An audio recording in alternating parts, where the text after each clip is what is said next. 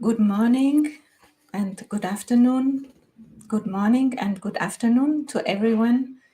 We would like to welcome you to the International Seminar of Millennium Nucleus, Authority and Power Asymmetries, NUMAP, of this year. My name is Elke Schlag and I am teacher at the School of Architecture of the Catholic University of Chile and researcher at the Millennium Nucleus NUMAP, host of this seminar. Before we begin the seminar, I would like to say a few words about our much loved urbanist and friend, Nicole Pumarino. Nicole's passing yesterday has touched us all, and we wanted to share with you our sadness, and we also wanted to share our memories of the joy and the talent that drove Nicole to reconquer space for the pedestrian and change the perspective of architects. We would like to take some minutes silence in her memory.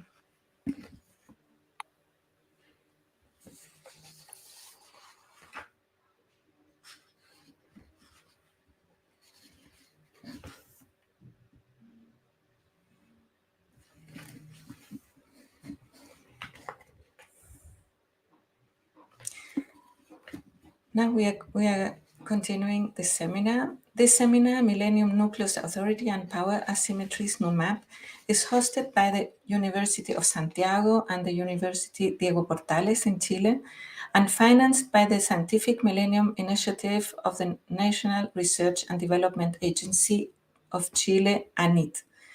I would like to thank all participants who have joined this meeting, linking up to the NUMAP YouTube channel, which will be retransmitted via Facebook Live of the School of Architecture UC, co-organizer of this conference. Today, in this fourth and last session of NUMAP's International Seminar of this year, our guest will be Dr. Martina Löw, German sociologist who has been director of the German Sociological Association, DGS, and is currently heading the Sociology of Planning and Architecture unit at the TU Berlin, Germany. Martina Löw has laid the foundations for an urban sociology based on the theory of space, having elaborated already a decade ago important reference literature on urban sociology and space, as well as on the sociology of cities. Recently translated into English with the title The Sociology of Space, Materiality, Social Structures and Action. Martina Löw approaches the notion of city from the vantage point of the theory of space. She has been concerned with elaborating conceptual frameworks to understand the most recent urban phenomena. This is why she has focused on the transformations produced by electronic networks and on the relation between space, power, and social differentiation, including ethnographic studies in urban contexts. She is strongly linked to Lefebvre's work and the sociology of experience. Her last works deal with the refiguration of spaces, where she argues that the establishment of the contemporaneous space is increasingly structured in a polycontextual way, and this implies that different spatial orders get superimposed or overlapped in our actions and interactions. This approach is followed by the collaborative research center called Refiguration of Spaces she currently leads. In the following minutes, Professor Martina Löw will make her presentation. The conference will be transmitted live in English and will be available in English and in Spanish on the NUMAP website at the end of the seminar. Please let us know your questions by posing them in the chat of this activity on the YouTube channel. They will be answered at the end of Professor Löw's presentation.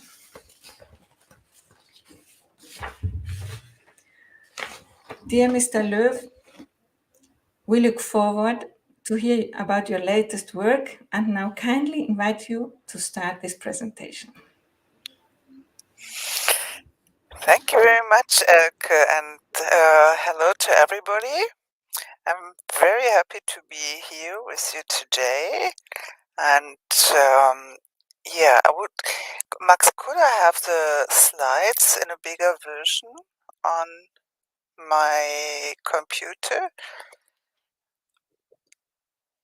Okay, super. Thank you very much.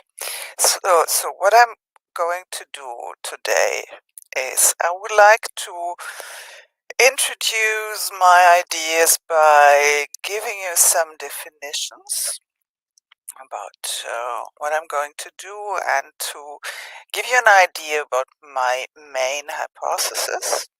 And then I like to develop my ideas step by step, and I would start with an historical introduction about the ideas of space and how we refer to them nowadays, and then I delve deeper into the topic by explaining what I mean by spatial figures and how I use spatial figures to explain social changes today.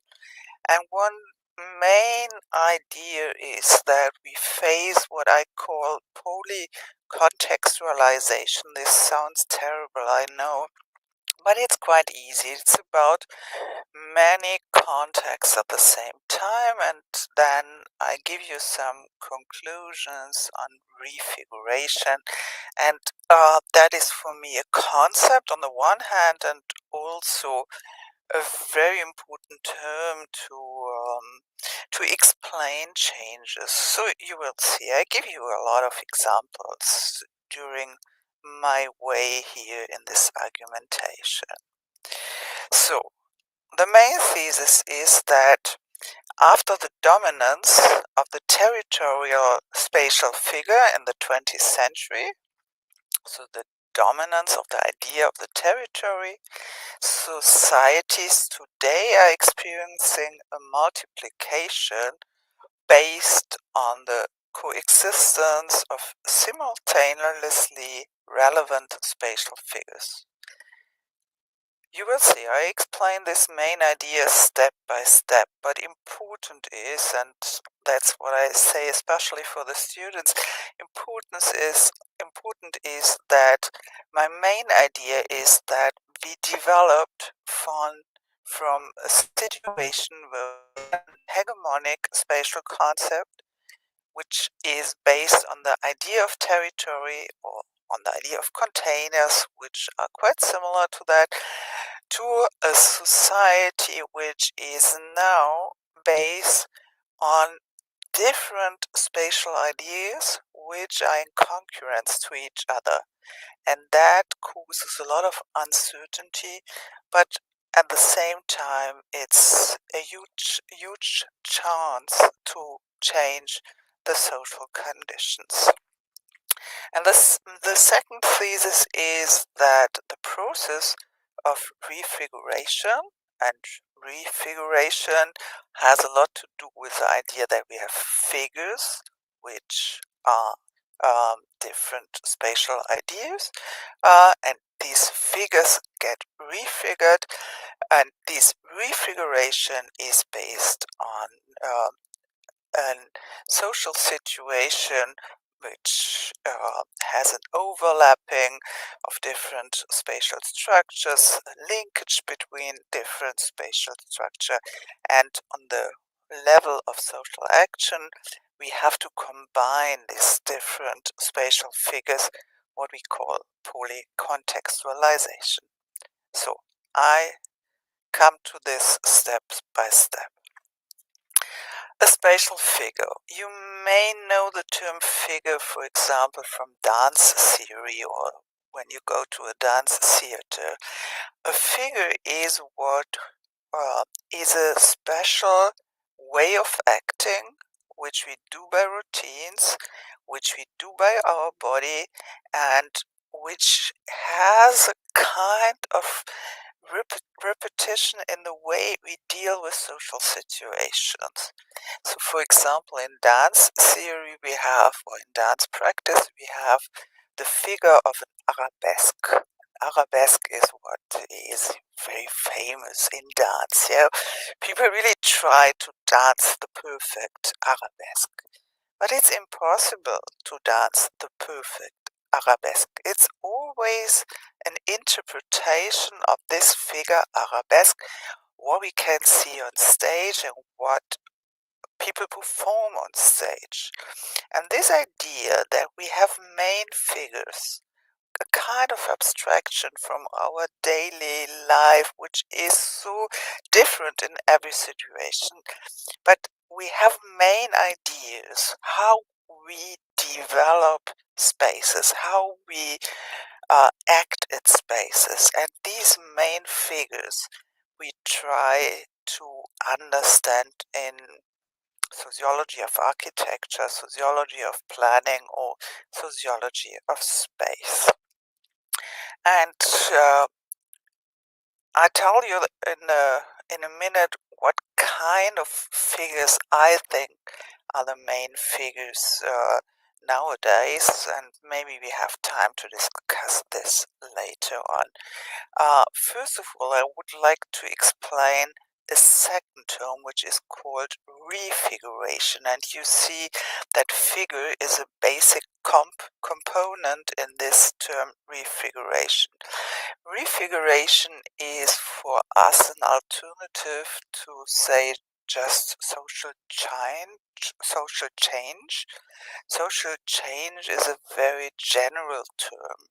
It has nothing to do with space. It seems to have as a main component just time. Something is changing, and by that I think it's not the right term to understand what's going on, because that what is going on is a lot of change in a spatial way. So just look on processes like digitalization. Elke Schlag mentioned that before, or look at developments like globalization. Both of them are social developments which are based on a spatial transformation. So we need a concept to understand this spatial transformation, which is more based on the idea and the practice of spaces. And refiguration, so this again figuration, this new figuration, that is what refiguration means. That is about the new combination and the new development of the spatial structure of society. And what we think is that especially the congruence between different spatial practices, different spatial figures, leads us to social change. It's not that social change is just something which happens by developments which are just on a temporal level. Social changes happens because we have this spatial transformation or spatial refiguration. And polycontextualization, that is a term which comes from the German sociologist Niklas Luhmann.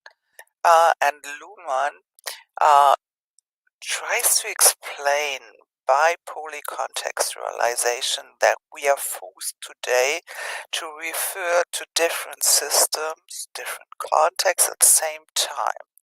Like in that minute where we have a lecture on a digital platform and we refer to this kind of computer system at the same time as we refer to our spaces we are located at. So polycontextualization is a result of that process that I call refiguration, and refiguration is about the congruence between different spatial figures as a result of globalization and digitalization. So let us have a deeper look into history and what is the main development of spatial thinking. If it comes to theories of the Middle Ages, people very often show us that the main spatial concept people in the Middle Ages had was the concept of place. Place was what was important to refer to. Places had been linked to each other, places had been uh, the spatial idea that had been in the minds of the people. It was not about a closed container or nation state which is realized by a main power system. No, there have been different power systems by the church, by different authorities, and so this kind of insecurity we can find in the Middle Ages is very much connected uh, to the fact that different places had been the main and somehow the only spatial concept which had been relevant in the Middle Ages. You can find this kind of spatial idea still, for example, in some indigenous groups where they are very place based, and place is in this development um, differentiated, for example, between holy places at the one side and just very profound places on another side. It have been a differentiation in different places and a linkage between different places, but not main idea of the container or of a network or something like that.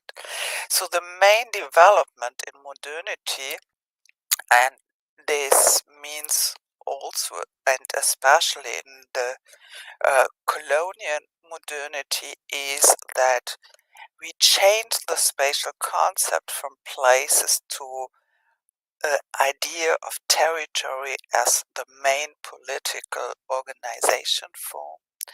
Territory, especially in the idea of a nation state, but also territory, for example, as a concept to organize childhood. So we introduced the playground in the public space as a special zone which refers to a special behavior which can be controlled and which is the territory for the kids. So we changed the system from childhood in the streets to childhood in organized special zones. Of course, it happened not at the same time all over the world, and we have different interpretations of zones. But what, as a kind of result from colonialism, and as a result of the success of the idea of modernity, we can find the principle of territory quite all over the world until the 1970s. And of course, the concept as a concept of territory as a basic concept has a lot to do with mapping. Yeah, we found mapping as a main social practice in our daily life of measuring, of calibration, and all these practices which try to homogenize space all over the world. And when I say homogenize, I mean also that we we or people try to develop an idea of space which they brought to nearly every country in the world, and what has to do, for example, with the simple fact that there is no a single spot in the world which we can't measure. Everything is on the map, everything is in the navigation system, and this is a kind of homogenization and a result of the territorialization of the world. So if it comes to theory of historians, and we also have a lot of empirical stuff from economy, from social scientists, then we all see that there seems to be a breaking point around the 1970s to the 1990s. And that has to do with, of course, globalization and digitalization. And the breaking point is that beside the organization system of territory, we found and developed and introduced a new system of spatial structuring.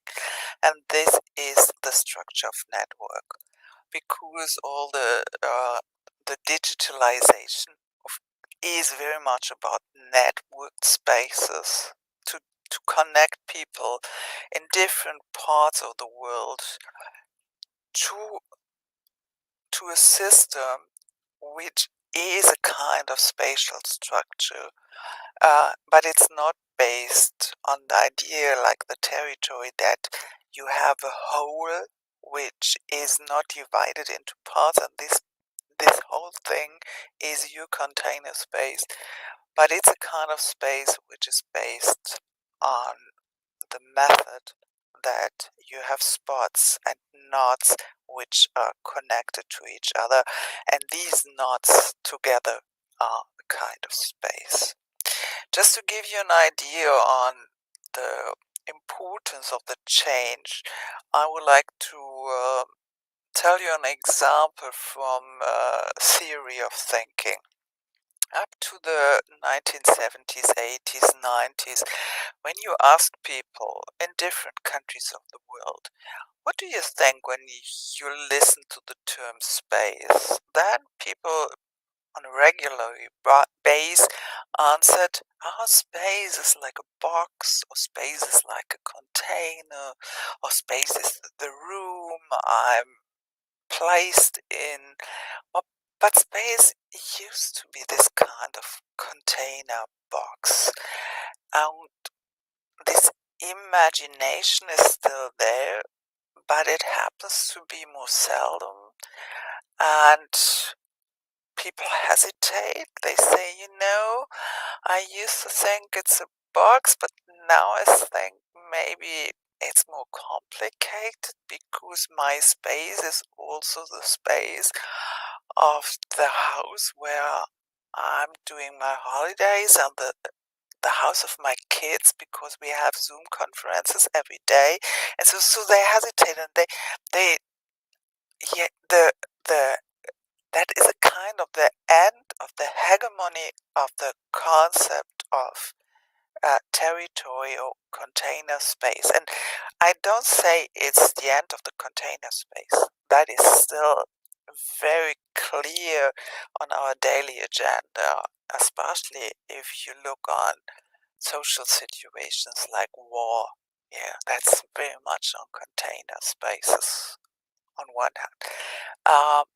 But what changed is that the dominance of the territory space crashed down, and we now have different spatial ideas that bump in each other, and people have to decide, people have to refer to different spatial concepts at the same time. And what is so difficult for them is that these different spatial concepts, they come along with different spatial logics, and to deal with different logics at the same moment, that is really a stadium of uncertainty. And this is something which really makes up a situation where we have to find new solutions for our daily life, for our regulation of conflicts, for our ideas in the world. But of course, and I teach a lot in architecture and planning, of course, it's always a chance to develop new spaces and to develop spaces which might be more complicated, but of course, maybe they are more attractive than other spaces too, because in modernity we had this very strong homogenized spatial concept, and now maybe we can find a more complex one. So the main spatial figures we found in our research center, and this is an interdisciplinary research center. We have people from geography there, from architecture, from planning, from media science, from sociology, and from ethnology, and also from art. And what we did, we tried um, uh, to to read all the literature about spatial construction and spatial developments and spatial practices, and to synthesize the main patterns in the research agendas of these studies.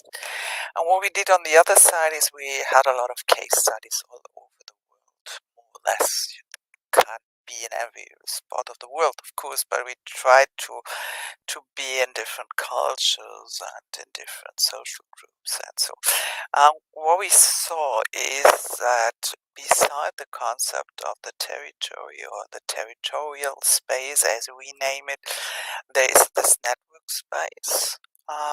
But there is also something we call trajectorial space. That is very much about the trajectory. For example, the Silk Road, the Chinese people built the Silk Road, is a kind of trajectory which is not based on the nation state or the territorial space. And it's not a network space, it's more like a highway or the route of a plane. So trajectory or trajectorial space is quite important when it comes to smart cities.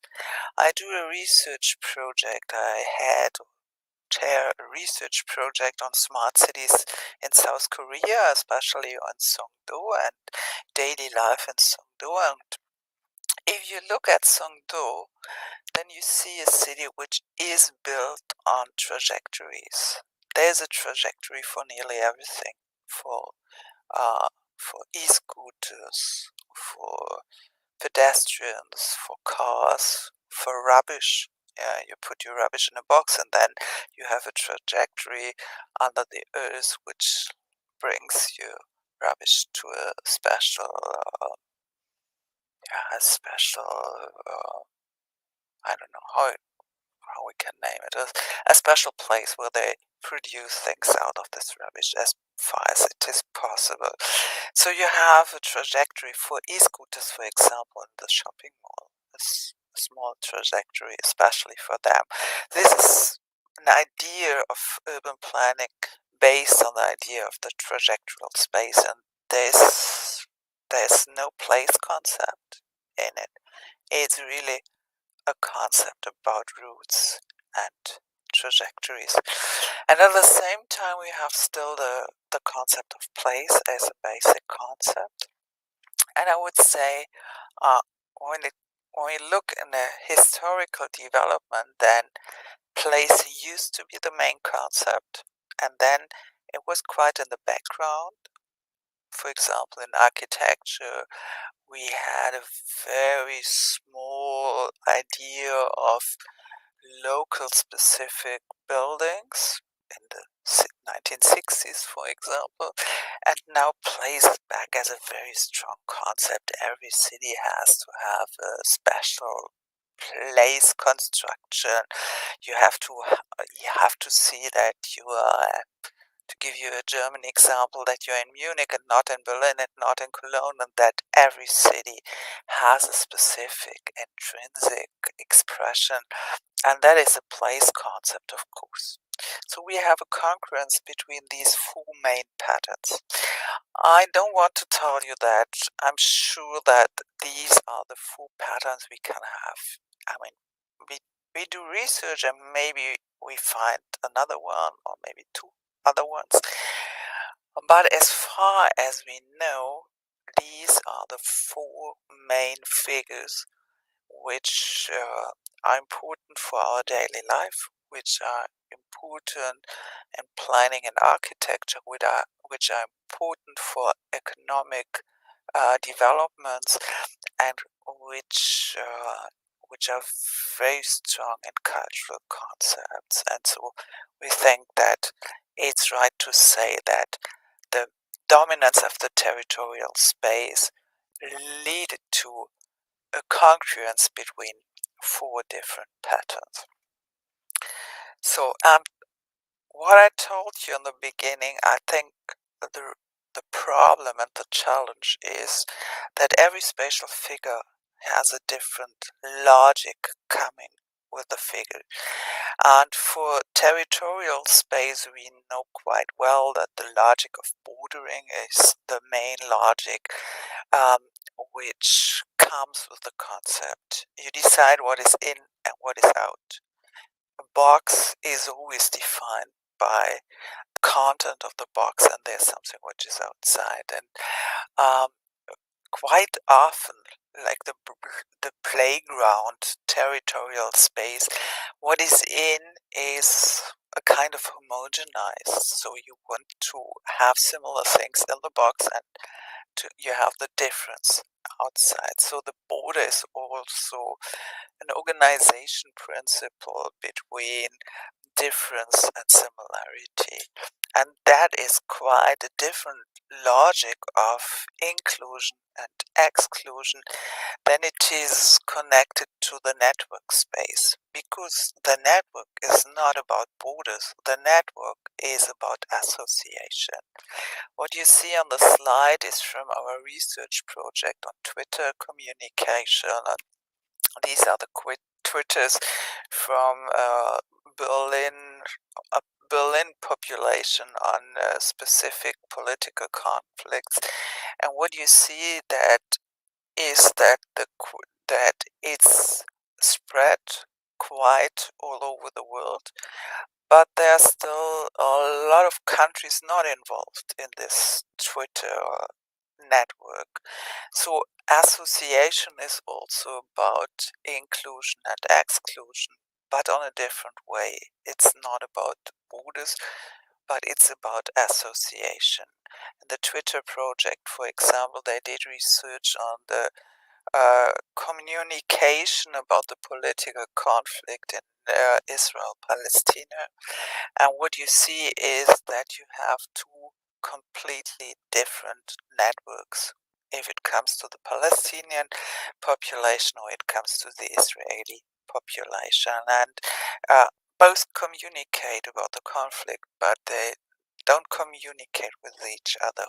I mean, they do, of course, but on a very small basic, as a general message, the networks are not connected to each other, even even the language is similar, and a lot of understanding between the languages exists.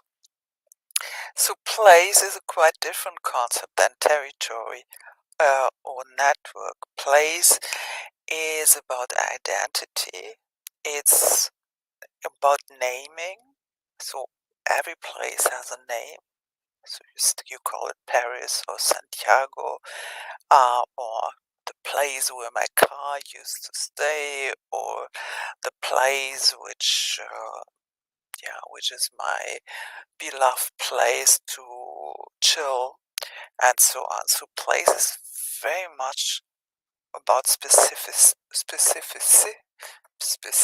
uh, a specific form of placement. It's about an original way of referring to a place, but at the same time, every place has overlappings and things come together at places. When you, for example, refer to a marketplace, then you have you have a name for the market, and it's a special place on the map. And this market is different than other markets, but it's not a single thing. It's about overlapping references and overlapping action. And that is why place is about identity and also multiplicity. And it's different. The logic is not about exclusion and inclusion. The logic is not about association.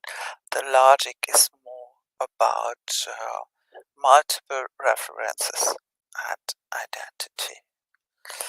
And the trajectoral space, I already mentioned it. This is a picture from Songdo. The trajectoral space is based on the logic of traversing, going through it. For example, we have investigations about terroristic attacks in cities. So, for example, if you have a terror attack in Boston, what happens? Who is going to write you a message to say, "Oh, it's such a pity, and I can feel with you"? It's not that people from the environment or the countryside around the city give these messages to people in the city. No, who the people who send this kind of messages are based in cities which have a cheap and fast plane connection to that city. That is where you get the most of the pity messages in a situation like a terrorist attack. So this trajectory and the line a plane takes to bring you to the city is quite a trajectory. This kind of trajectories, they are a spatial construction which has nothing to do with identity and place-oriented kind of inclusion. It has not nothing but very few to do with territory space. It's not about network. It's a special organization of space in the idea of to cross something. It's not to stay at a place. It's a spatial construction of movement and coming to an aim, trying to reach a place, but not the trajectory itself is not a place. So, what this means for our daily life is that we have to find and to develop ways to connect these different spaces in the way we deal with social situations. What we do is we use digital technology to combine these different spatial structures and to deal with different spatial logics. For example, we use smartphones to go shopping, and the smartphone helps us to memorize what we wanted to buy, or we have video conference while dining. We had this in the corona pandemic situation quite a lot, that people mentioned that they had dinner in the evening and they had a video connection to friends in other cities or other countries, and they eat together and have this picture at the same moment. So we combine place and network in this situation, and we try to find solutions for this conflict, but it works not in every situation.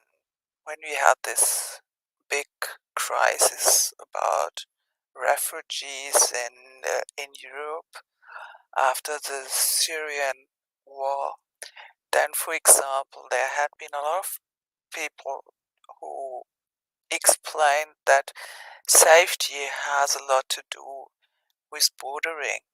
So they mentioned that the territory space gives you a feeling of security and safety, and this has to do with the decision to close borders to keep people out and to have others inside the box.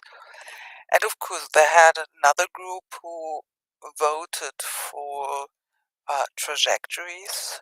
And if it comes to the situation that you have to flee the country, it's not that everybody finds his own way. It's very much about a trajectory, a route you have to follow.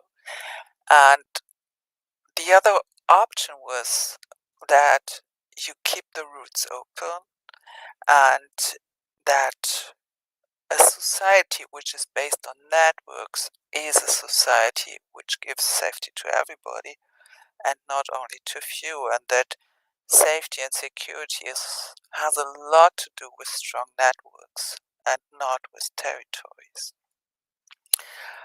And this is a kind of confrontation society has to deal with, and I think it would help to talk about special concept in this situation and not only about right and left wings political positions, but about the idea, the embodied idea. That's why I call it figure, the embodied idea of the main spatial construction, which seems to be the way you want to develop your world with.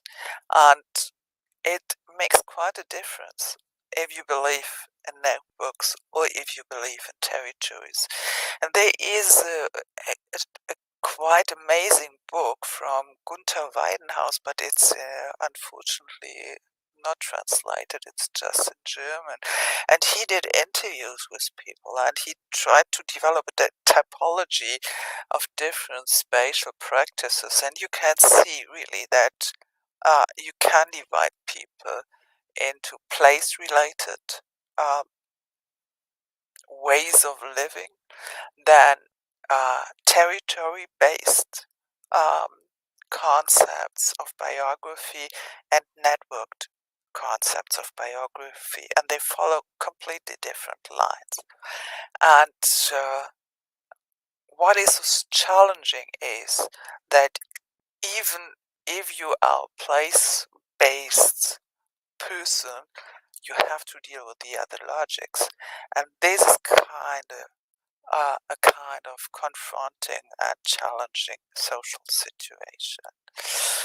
And for example, when you look at the war in the Ukraine right now, then it is also very much based on different spatial concepts, where you can find on the Russian side the spatial concept of the empire, which is not the nation state. It is more about a concept where you don't accept territory as the main organization principle, but you think that the difference in a quite huge spatial construction is something which you integrate into your political action. So it's still not a network spatial construction, but it's not about the homogenized spatial construction of the nation state. It's more about this wider concept, which leads obviously to violence if you come to that point that you don't accept the sovereignty of other nation states. But this is confronted with a strategy, a political strategy, which is so much about network.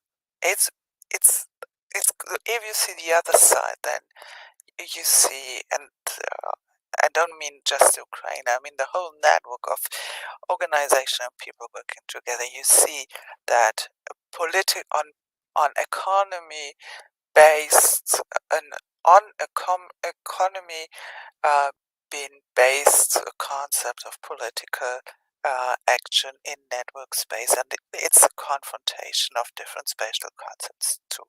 So what I want to tell you is that it's useful to think about polycontextuality on a subjective level. So what have do I have to do to combine different logics? What have people to do in their daily lives? But also to think about the confrontation of different spatial concepts and the the challenge of polycontextuality on a more structural level and the bumping of different spatial ideas in our daily and political life. And so I think that we have really to look into the more individual lives. Here you can see on the slide a small example what we have, that kids until the 1960s, 70s, 80s, when they were asked to draw a map with their own space, then they normally draw a small symbol for the house, and then when they got older they had an idea of the street, and then from the village and the city. So it had been a small space which became bigger and bigger and bigger, but still this space was a whole. There had been no uh, holes in that, there had been no network. It was one space. And what we see now is that they draw pictures of different spots which are somehow connected to each other. But they are connected in different ways. So some are connected by digital communications, others by streets, others by planes, and the idea of their space is quite isolated, I'd say. And this is why I think that it's helpful to really come to that point that we have a society which is organized, or we have societies which are organized different than the typical modern societies. They are more about space.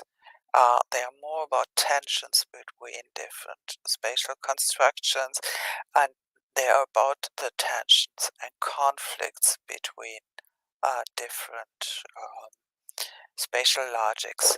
And for me, as a sociologist, it's important to say that this is a process which we face on an individual subjective level and on a macro level or in an institutional level. There is a book from Norbert Elias. It's called The Process of Civilization, and this book is very much about the creation of modernity. And what he shows is that we developed this spatial concept of a container for the nation state, but at the same time for our bodies. So we had we had to. It was really something which was not negotiable. We had to close our bodies, so we had to keep the hand in front of the mouth when we opened the mouth, and so the closed body was a production, a social production, which came across with the social production of territory. And what we have to what we have to see now, to look at, is what comes with the process of refiguration and the multiplicity of different spatial concepts, even when it comes to body management, or when it comes to the creation of a home, or when it comes to the idea of a city. I'm quite sure, and I think we see this in our daily life, that this kind of refiguration on a spatial level is not only about a concept of political space, it's also a concept of daily life. So that is a slide, and now I, I come to an end in some minutes. This is a slide which can help you to see that if we do investigations about space, then we could do this in a way that we refer to spatial conflicts. And I think it's helpful not to try to draw the whole picture. so many conflicts between so many different logics. But to really delve deeper into the topic and to say, okay, what kind of conflict we see, for example, between the trajectorial space and the place. Just think on an urban space, yeah, we have the trajectory as the main streets, and we have the places where people want to sit for a while or they want to identify with. So, what kind of conflict is between these two logics? And is this kind of conflict different to a conflict which is between the place and the network space, and the network space and the territorial space? And I think to to come really to a very good explanation of what's going on nowadays in societies all over the world, we have to understand more about the different conflicts in different countries and different social situations, between genders, between age groups, and I think the structure of these four spatial figures can help us to gather really empirical information and then to develop an explanation of the new stadium of societies. And I know from the research in our centers, especially from our research in new built cities from the scratch, like Songdo, that um, with these processes of refiguration, we also face new spatial orders or new spatial constructions. For example, a gated community in South Korea in a smart city like Songdo is not about gates. There is no gate around a gated community. There's only CCTV, which helps to control the space, and so the impression of this space is quite open, which is nice in a public space. But it is not open, of course. It's controlled and organized, and people embody their control, and they don't enter that space because they know there is video observation, and so it's gated, but it's a very invisible way of gating, and this is a new spatial construction. So to conclude, I think that we really face a new situation. This is not that we wake up in the morning and think, oh, modernity ended and now we are in a new society. It's a long lasting process, of course. Maybe it's like when you have water, fluid water, and then you realize that it became ice. It's still the same material. It is still everything in the situation which had been there before, but it's a new quality, and this quality, of course, is always something what where we going to miss things, and where we going to win something. And for me, as a sociologist of space, I think that the main difference is that we change from a system which was very much organized around one spatial concept, which is a territory, and now we are confronted with different spatial concepts. And from a critical perspective of modernity, there was always a lot of critique against the concept of territory as a concept of exclusion. Now we have a higher multiplicity, but we also have a situation which comes with a lot of uncertainty and with new conflicts, and that is something I really think we have to work on. And I thank you so much for your attention. Thanks a lot.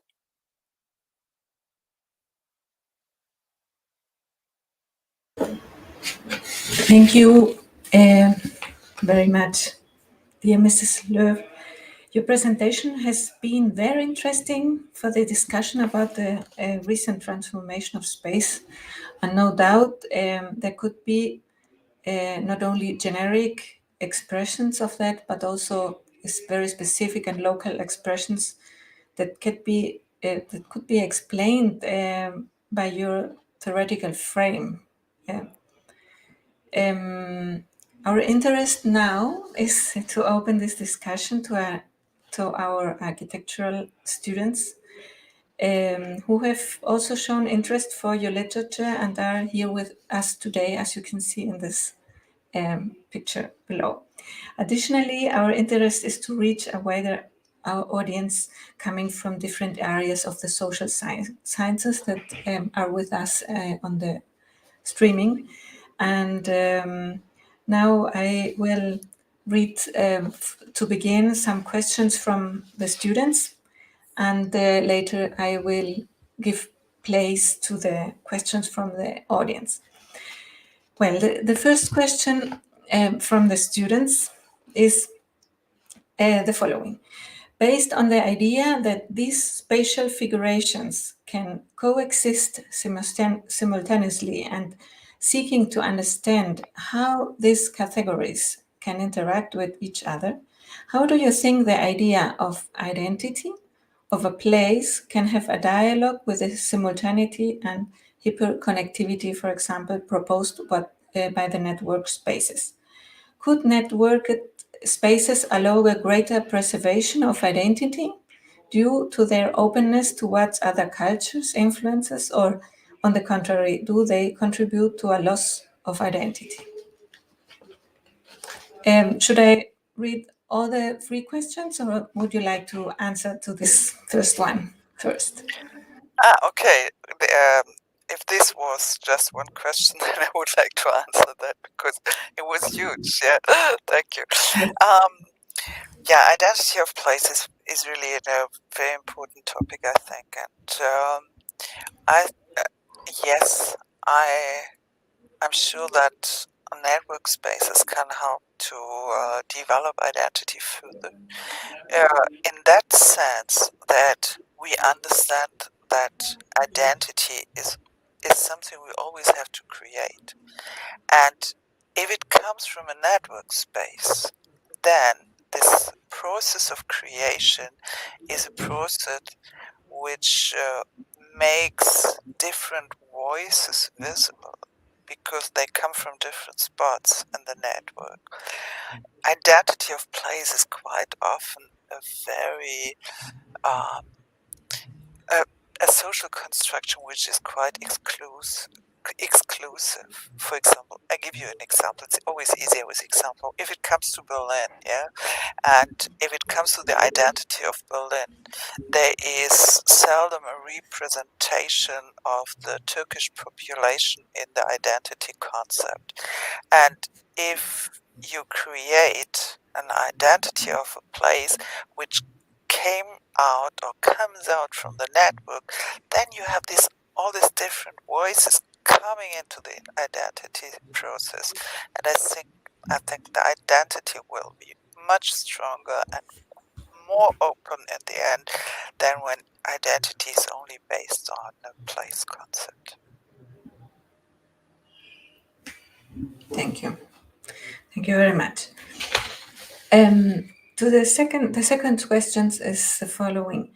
Can a place be transformed into a territory? Can this transformation be achieved to a spatial intervention, or is it something that requires social change? I think that uh, that the professional way of acting in this way, so for example, for architects or planners, is really a possibility uh, to organize this kind of change. So yes, I think a place can be transformed into a territory by professional action. I think that it is, there's always the possibility to include uh, public voices into this process. And you can organize this transformation not only as a as a as a work which has to be done in an office, but as a work which has to be done in communication with the citizens of the area or so on. But I think that especially when it comes to transformation, it's very much a professional obligation to do this. I think it is what architects and planners should do. And I don't mean only from place to territory. I mean every transformation from one status into another status is of course a professional kind of work, but it can be done better if you include different voices, include public opinions, or include the people who have to live in these spaces in future. But there's always the question: if you want to transform only from one status into another one, or if you want to transform and to include in this transformation different spatial logics, not from place to territory, but from place to territory and network, for example. Maybe this is more, at the end, it's a process with, or a result with more atmosphere. That is a possibility, but that's an open question. We have to see this in a local specific way, of course, too. Of course. Thank you. The third question is, what role does the design of physical space and architecture play in defining spatial figurations? And along the same line, to what extent can the physical design of a space define or predefine a spatial figuration?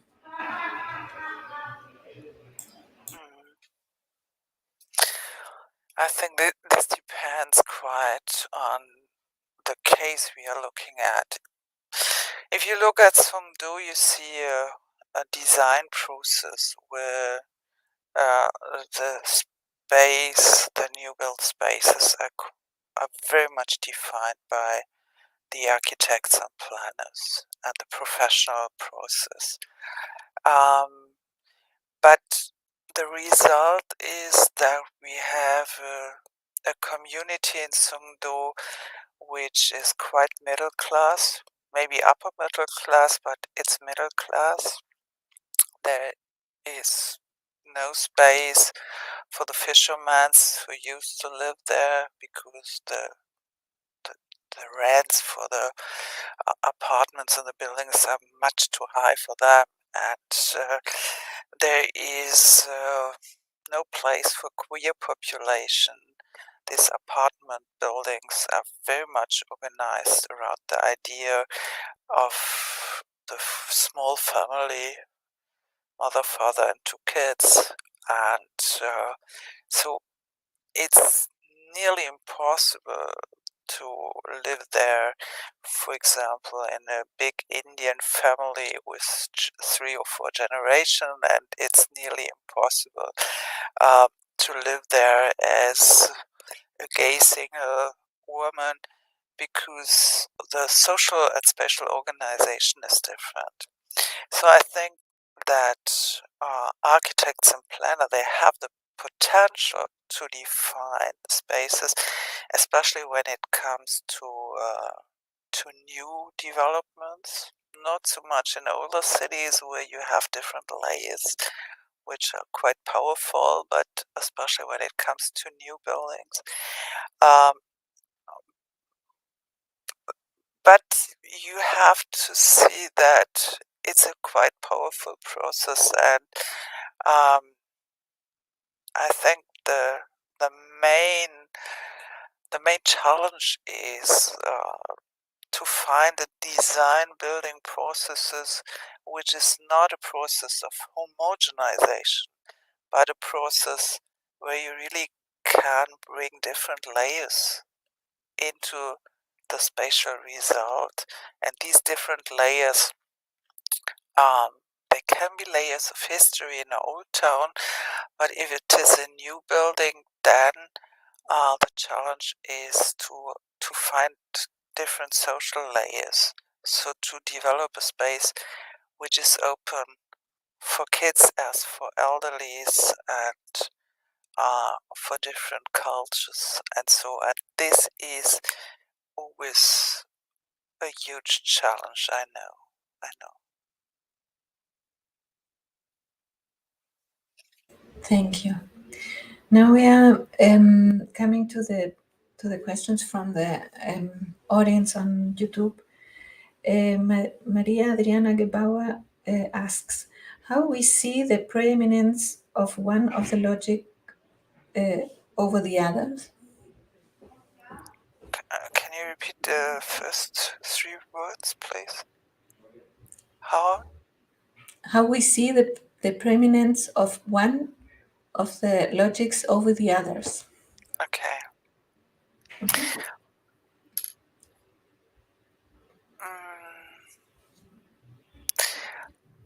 I would say that it is something which has to do with qualitative research. So we need any source of data which is more about narrations or which is more about observation than just to have the quantitative data. So when people come to talk and to give interviews and to tell their stories about the places, then you quite soon find out which are the dominant ideas and which are the conflictual others and how they get integrated into this main concept. Or if you see elaborations from architects about their building processes and what's important for them in the process of design and building, then you see which is the main line they want to follow and which are the second and third lines in this concept. And if it comes to conflicts, especially, then people fight for ideas, and then you very much see the different logics and which is the dominant one and which not. But just on the basis of quantitative facts, I think it's often really difficult to see the conflictual structure and the dominance and the main concept in a case study. I hope this answers your question. Thank you. There is another question from Felipe Torres. He asks, can you elaborate a little on the idea of space-time that you mentioned in one of your slides? What concept of space-time do you have in mind? What characteristics would it have? Yeah, thank you very much. My concept of space is a relational one, so I think that the creation of space is always a process where you have a placing. Well, you can define objects, and you have a process of synthesizing. So you put the objects in relation. So to create a marketplace is about the placing in Europe of the church and the office building and the shops, and the combination and synthesizing of these objects makes a space. So the space is the result of of the process to build relation between objects. And when I name it process, then at the same time I'm on a temporal line. So we need time to build spaces, and we lose time in the process of relating objects to each other. And we have to reproduce this process of space building every single minute. And in this reproduction, we have very much a time organized situation. And when it comes to refiguration, I very much think that we have a change in the spatial organization, which is a temporal process where I can refer to history and I can refer to future. And in the way I refer to history, present, and future, I always refer to different spatial constructions. So, in that way, it's not you can't see it in separate ways. It's always connected to each other.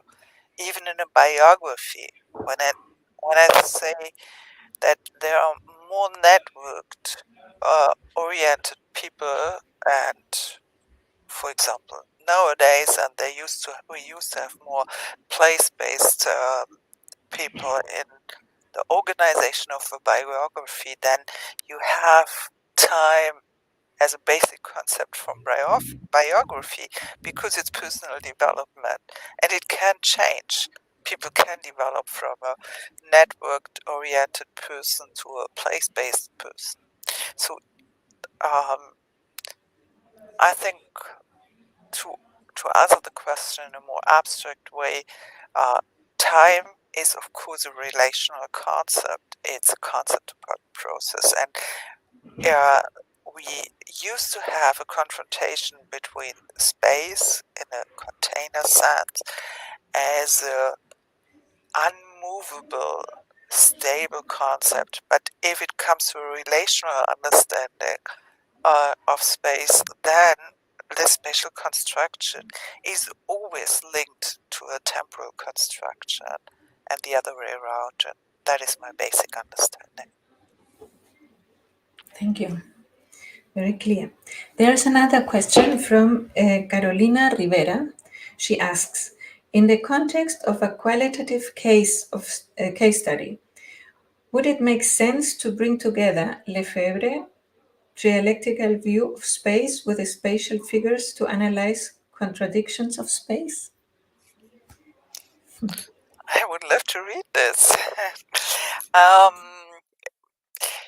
think I'm quite close to Lefebvre when I think that we need an idea of spatial action and we need an idea of spatial imaginations to understand the creation, or in the terms of Lefebvre, the production of space. And I think it's also helpful in this trialectic construction of Lefebvre. There's also space for recreation, for stepping out from the repetition of the daily life, and to have, for example, an artistic performance, subversive idea of space. So I think this subversive part can be used to understand refiguration better.